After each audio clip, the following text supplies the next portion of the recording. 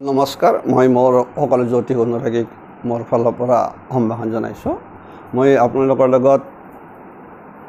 যোগ সম্পৰ্কে কিছু কথা পাতি আছোঁ, গমে পাইছে। গতিকে মই কিছু শুভ যোগৰ কথা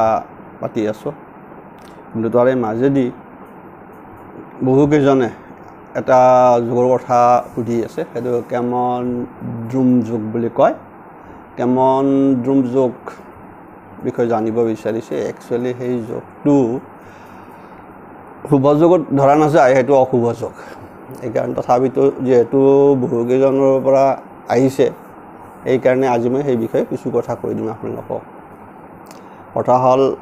মই আজি যিটো যোগৰ কথা আলোচনা কৰিম সেইটো হ'ল আপোনালোকৰ খুব ইম্পৰ্টেণ্ট যোগ এটা। কাৰণ এই যোগটো এইকাৰণে ইম্পৰ্টেণ্ট বুলি কৈ আছোঁ আপোনালোকক। মুখ্য কথা হ'ল কি, আমাৰ প্ৰত্যেকৰে এটা হেঁপাহ থাকে ভাল ঘৰ এটা বনোৱা। চাব, তাৰ মাজত কাৰোবাৰ হয়তো হৈছে, কাৰোবাৰ হোৱা নাই, কিন্তু হেঁপাহ সকলোৰে থাকে। গতিকে আজি যোগটোৰ নামেই হ'ল উত্তম গৃহ লাভ যোগ। কোনসকল জাতক জাতিকাই উত্তম গৃহ লাভ কৰে, আপোনালোকে বাস্তৱ ক্ষেত্ৰত চাব, বহু মানুহ দেখিছোঁ মই হাউচ কৰি ঘৰ বনাই হয়। কোনোবাই আপোনাৰ 2 তলা 3 তলাও আনিছে, সেইটো ক'ব লগা নাই। বাস্তৱত দেখা পাব যে সেইসকলো ঘৰটো কমপ্লিট কৰিব পৰা নাই। হয়তো 2খন ছাদ ঢালাই কৰিছে আৰু এইদৰে এখন ছাদত কাম থকাকৈ কৰিছে, বাকী এখন ছাদৰ কাম কৰোঁতে কৰোঁতে মানুহ বুঢ়া হৈ যায়। তেতিয়া কি হয়, বছৰি আৰু অংকটো কৰি চাব। দেখাত আপোনাৰ বিল্ডিংটো থাকিল, দেখাত আপোনাৰ তিনিটা ছাদৰে আপুনি প্ৰভিজনটো কৰিলে, কিন্তু কমপ্লিট কৰিব নোৱাৰিলে।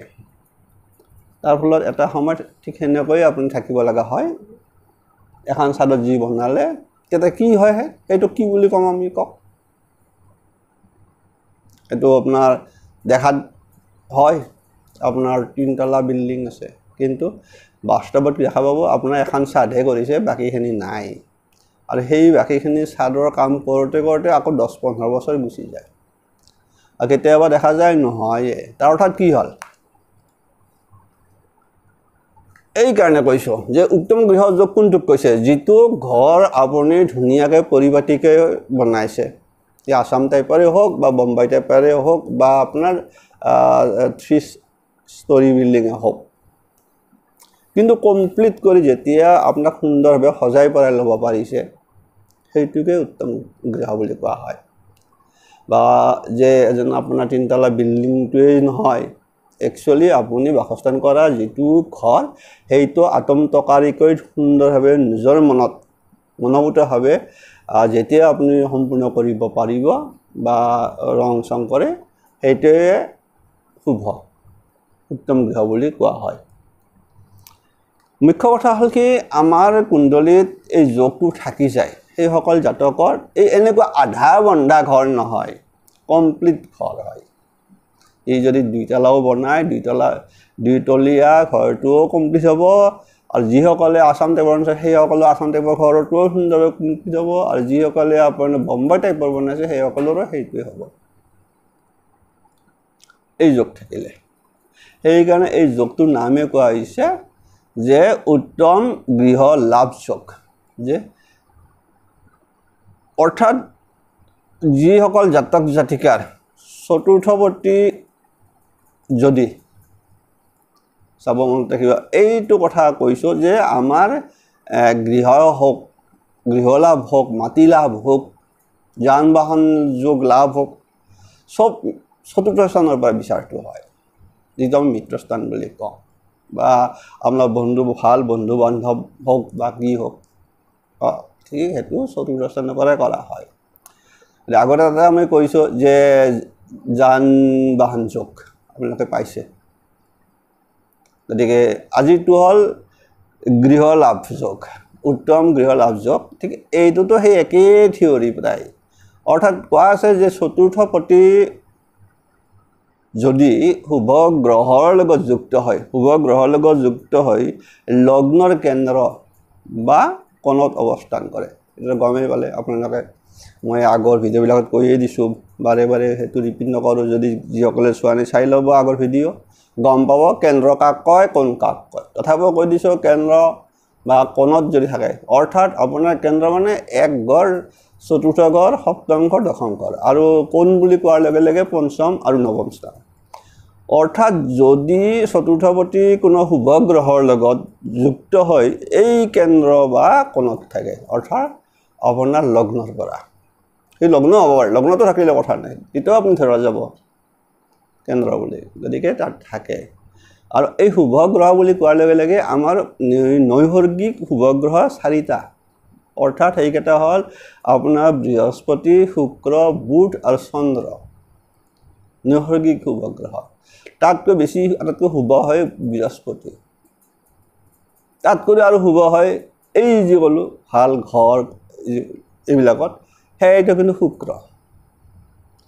কাৰণ মানুহৰ লাখবিলাক যিবিলাক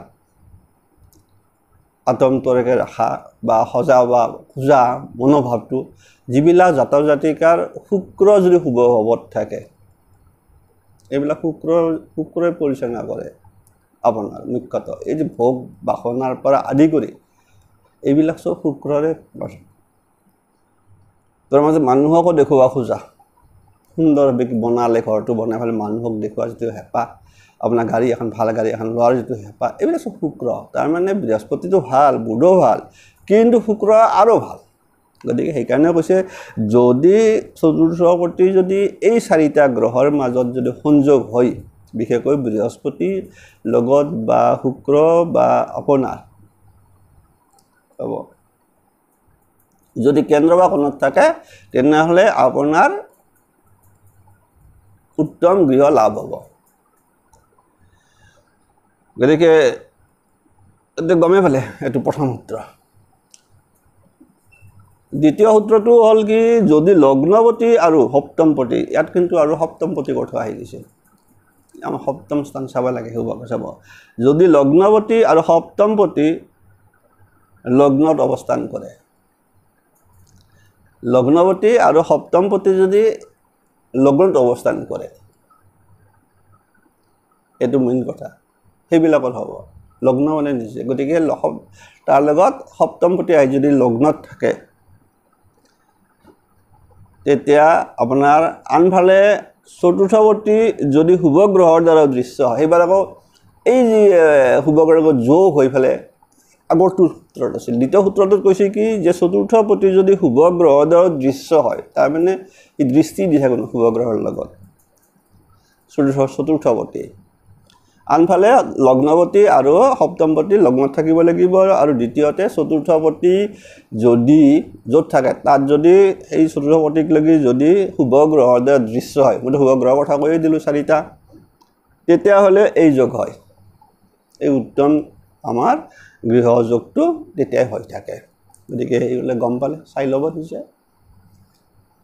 আপোনাৰ উত্তম গৃহ আছে নে আপুনি আধা বন্ধা কৰি পেলাই মানে ৰং চং কৰিব নোৱাৰাকৈ থাকি আছে সেইটো আপুনি গম পাব উত্তম গৃহ কিন্তু উৰাৰ লগে লগে সেইটোকে সূচায় যিটো ঘৰ আপুনি কমপ্লিট কৰিব পাৰে কমপ্লিট কৰি ৰং চং দি ডেকৰেশ্যন মানে বনাই 4টা দৃষ্টি আকৰ্ষণ কৰিব পাৰে নিজে থকাৰ বাহিৰেও এইবিলাকে উত্তম গৃহ গম পালে এই দুটাত বিশেষকৈ থিয়ৰী ভিতৰত যদি পৰে তেনে আপোনাৰ নিজৰ উত্তম গৃহৰ আপুনি মানে মালিক হ'ব মানে কথা নাই আপুনি আপোনাৰ হ'ব আৰু এইটো মই ক'লোঁ শুভযোগৰ কথা এতিয়া মই যিটো কথা ক'ব গৈছোঁ এই যিটো সুধি আছিল কেমদ্ৰুম যোগ বুলি যিটো বাৰে বাৰে সুধি আছে বুলি ছাৰ এই যোগটো কেনেকুৱা তাৰ কিবা ফল সঁচাই হ'ব সঁচা কুণ্ডলীত স্বাভাৱিকতে প্ৰভাৱ পৰে কুণ্ডলীত মানে মানুহৰ জীৱনত পৰে আৰু প্ৰভাৱটো পৰি যায় তথাপিতো এইটো হ'ল এইটোত হ'ল কি আপোনাৰ জন্ম ৰাশি অৰ্থাৎ চন্দ্ৰ য'ত থাকিব এই চন্দ্ৰৰ থকা ঠাইখিনিত যদি দ্বিতীয় স্থান বা দ্বাদশ স্থান আপোনালোকক কৈ দিছোঁ দ্বাদশ স্থান যদি গ্ৰহ শূন্য হৈ থাকে আচলতে দ্বিতীয় স্থানত গ্ৰহ থাকিব লাগে ভাল আৰু এনেও কথা নাই কিন্তু যদি চন্দ্ৰ য'ত থাকিব চন্দ্ৰৰ দুকাষে কোনোবা এটা সাইডত হলেও গ্ৰহ থাকাটো ভাল এটা আৰু বেলেগ যোগ এটা আমি কৈ দিম আপোনালোকক কম পাব আপোনালোকে পিছত কম হয় গ্ৰহ থাকিলে চন্দ্ৰৰ দ্বিতীয় গ্ৰহ থাকিলে কি যোগ হ'ব তৃতীয় দ্বাদশত থাকিলে কি যোগ হ'ব এইদৰে সূৰ্যৰ থাকিলে কি হ'ব সূৰ্য য'ত থাকে তাৰ বা ৰবিৰ মানে দোহে গ্ৰহলৈ কি হয় এনেকুৱা কথা বা নাথাকিলে কি হয় এনেকুৱা কথা গতিকে আপোনালোকৰ হ'ল কি যদি এই গ্ৰহ নাথাকে যদি চন্দ্ৰ য'ত থাকিব চন্দ্ৰ থকা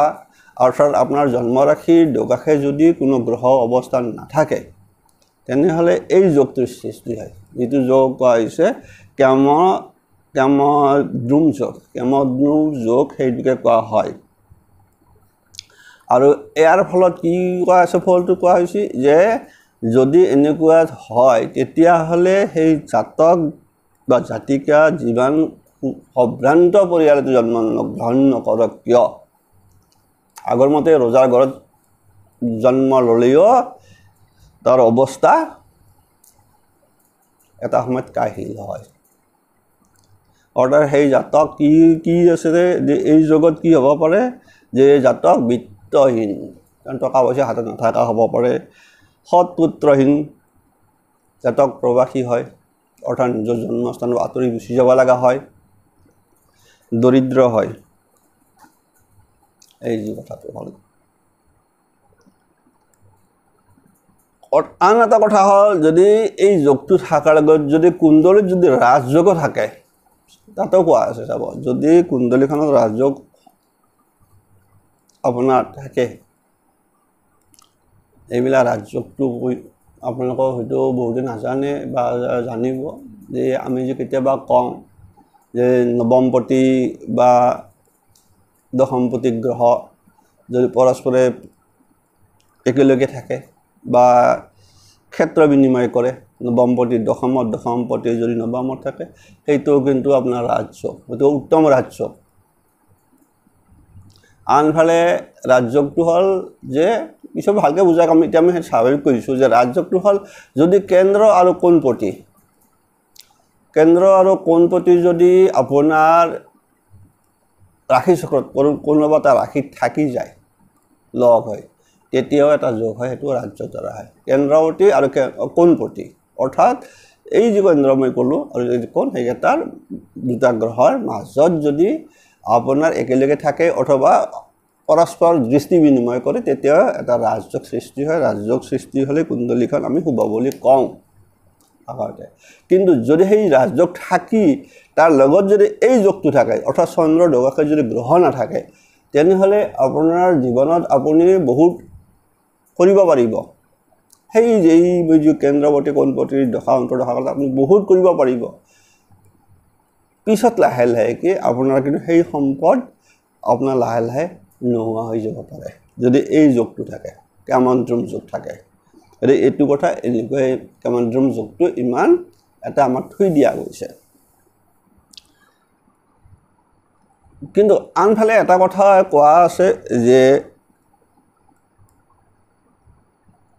এই চন্দ্ৰ